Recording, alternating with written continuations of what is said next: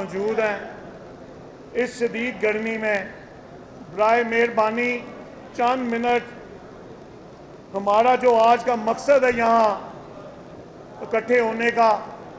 وہ میری بات ذرا توجہ سے سن لی جائے۔ آپ سب سے گزارش ہے کہ آپ تھوڑا سا متوجہ ہوں تاکہ ہم باقاعدہ پریس کانفرنس کا آغاز کریں۔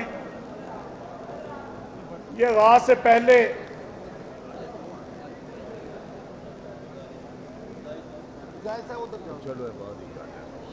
اعوذ باللہ من الشیطان الرجیم بسم اللہ الرحمن الرحیم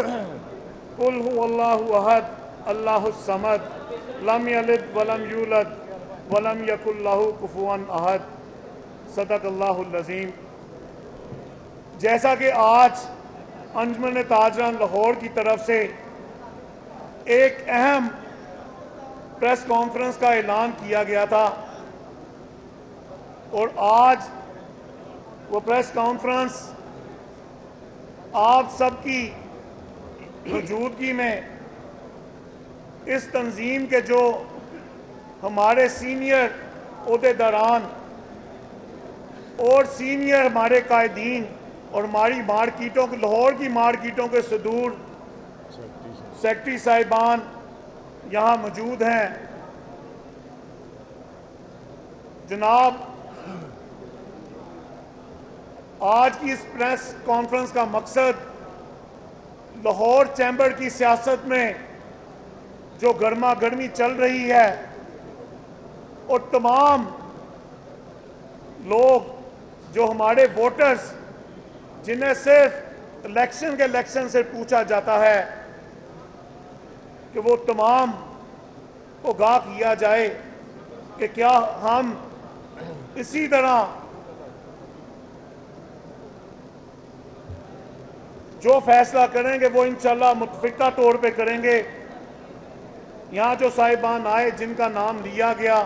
یا جن کا نام نہیں لے سکے ہم سب کو خوش آمدید کہتے ہیں، اور یہاں میں آنے والے مہمانوں کو یہ بتانا چاہتا ہوں کہ یہاں جو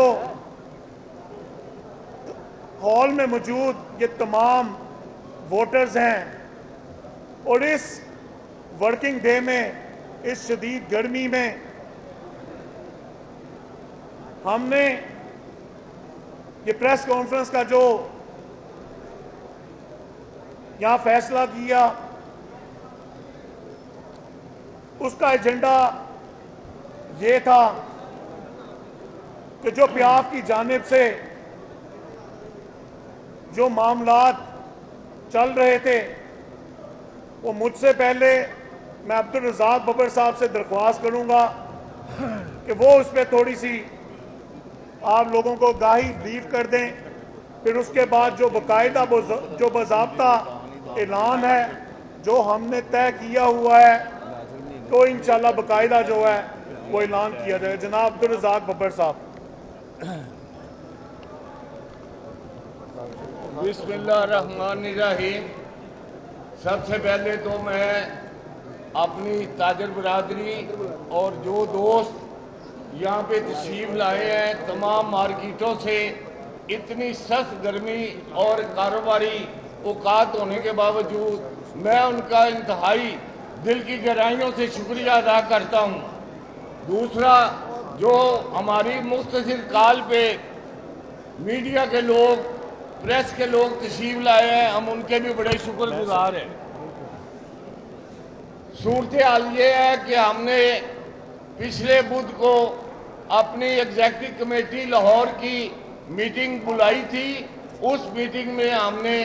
سارے حالات بتائے تھے اور اپنے لوگوں کو اعتماد میں لیا تھا، کیونکہ ہم پہلے فاؤنڈر میں تھے، وہاں پہ ہمارے ایک صاحب ہیں ان کو کچھ تھوڑی سی غلط فہمی ہو گئی تھی، وہ کہتے تھے جی اپنی طاقت کا مظاہرہ کر کے دکھائیں، تو پھر الحمدللہ اللہ کی مہربانی سے ہم نے اپنی طاقت کا مظاہرہ کیا، لیکن اس دوران ہمارے بڑے ہی معزز ہمارے بڑے عزیز بھائی ناصر امیر صاحب ان کی مہربانی